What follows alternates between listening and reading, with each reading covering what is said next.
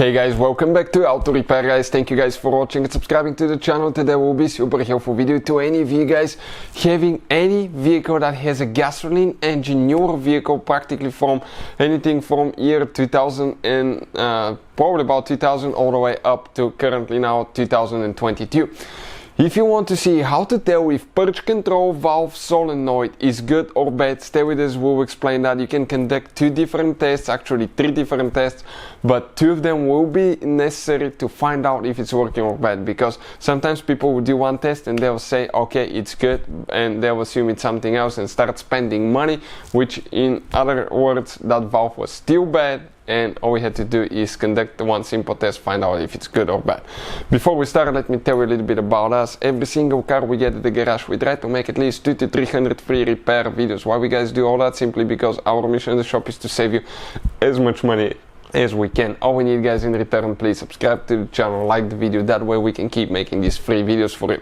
If you need to buy any parts, tools for a good price and quick shipping, check out the link in the description of the video below. That's where we get all our tools and supplies from. So what is a purge control valve solenoid? Many of you may not know that, and I don't blame you, because vehicles nowadays are pretty complicated. But you have a system in the fuel tank when you have gasoline when it moves or heats up, it evaporates, and you have a system that catches the fuel vapors and brings them to the engine practically. It's connected with the engine right here with the intake manifold. And right before the intake manifold you have that valve solenoid that opens and closes, and practically it will let those fuel vapors to go in the intake manifold and from there burn through the engine, so you're not losing fuel in the form of fuel vapors, fumes, and you're not polluting the atmosphere. So that's the purpose of that valve, just to open and close when you have enough fuel vapor pressure to be injected in the engine. So that valve is pretty simple. It has only two wires, so it's only practically open and close. We're going to test the different duty cycles. Most of the times you may have up to 10 cycles guys.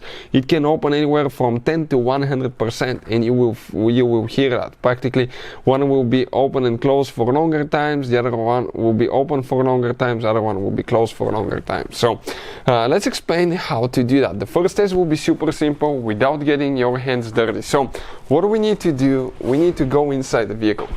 Now you need to find where the OBD port is located. Ours is right here under the dash guys. That's what it looks like. The computer that we'll be using is the Think 2. I'll put the link in the description of the video below which exactly it is, because that too practically it's a dealer level equipment that turns your smartphone into a dealer level tool guys, that can even do programming. Okay, it's amazing. So I'll go ahead, plug it in. That's the cheapest tool that it can pay itself off in one time use, in my opinion guys. I'll turn the ignition switch on. Here guys, this is the app. It's a Think car. We'll select all system diagnostic, click VIN decoding. It will read the VIN number. It will tell us which vehicle we have. Specifically this is a 2013 Ford C-Max, so it will pop on the screen. It will stop the VIN number in a second and tell us exactly which one it is. Perfect. At some point it may ask if the ignition switch is still on, so we'll confirm and say yes. Okay, now it's loading all the computers guys. Those modern cars, they're complicated. You need two like that to work on them. They have up to 50 computers, even more sometimes. That Ford probably will have about 30-40 computers. We'll go to system selection. Here those are all the computers that you have. I wasn't joking. Check this thing out. All the computers in this car. So we'll select guys the PCM powertrain control module right here, and under this one it's practically the engine computer. So here you have the options almost under every computer to see the module information, read codes, clear codes, read live data, actuation test, special functions. Under actuation tests is where we're going to find that one. So let me go outside while it's loading and we'll show you what we'll be looking for. So specifically guys, we'll come right here, and if you pay attention now, let me show you what we have here. Okay, perfect. We need to find the evaporative emission canister purge valve duty cycle. We'll select this one. Here you can go under data stream and go under the evap system again, and we can check the duty cycle here as well. Click OK. The first value will be the one that will activate. The second one is the actual one that it's actually at. So we need to go ahead and make sure the two match.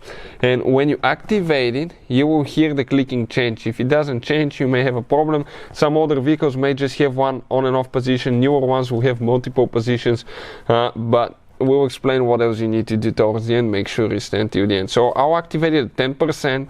You will hear the clicking, guys. Okay, will be practically will stay closed for a longer time, open for shorter time, and then it will increase with every 10% until you reach about 60%, 50-60%. Then it will stay open for a longer time, closed for shorter time, and the loudest it should get around 50-60%. Listen now. 10%, 20, 30, 40, 50, 60, 70, 80, 90. It's open all the way at 90, practically 90 and 100. So that's a working valve electronically. Okay, you have, guys, right here the coil that opens and closes. It's great. The other problem that you may have is actually the seals not working correctly, having a mechanical problems that will not allow it to close or open correctly as well. In that case, remove the valve. Okay, you can activate it like that, and if you keep an air balloon on the inlet line, okay, inflated air balloon, and when it's closed it should stay inflated, that balloon, but when you open it, that balloon should start deflating and coming out on the other end, the air. So that's how you will find if it's holding pressure as well. Hopefully the video will be helpful. Thank you for watching. See you guys next time.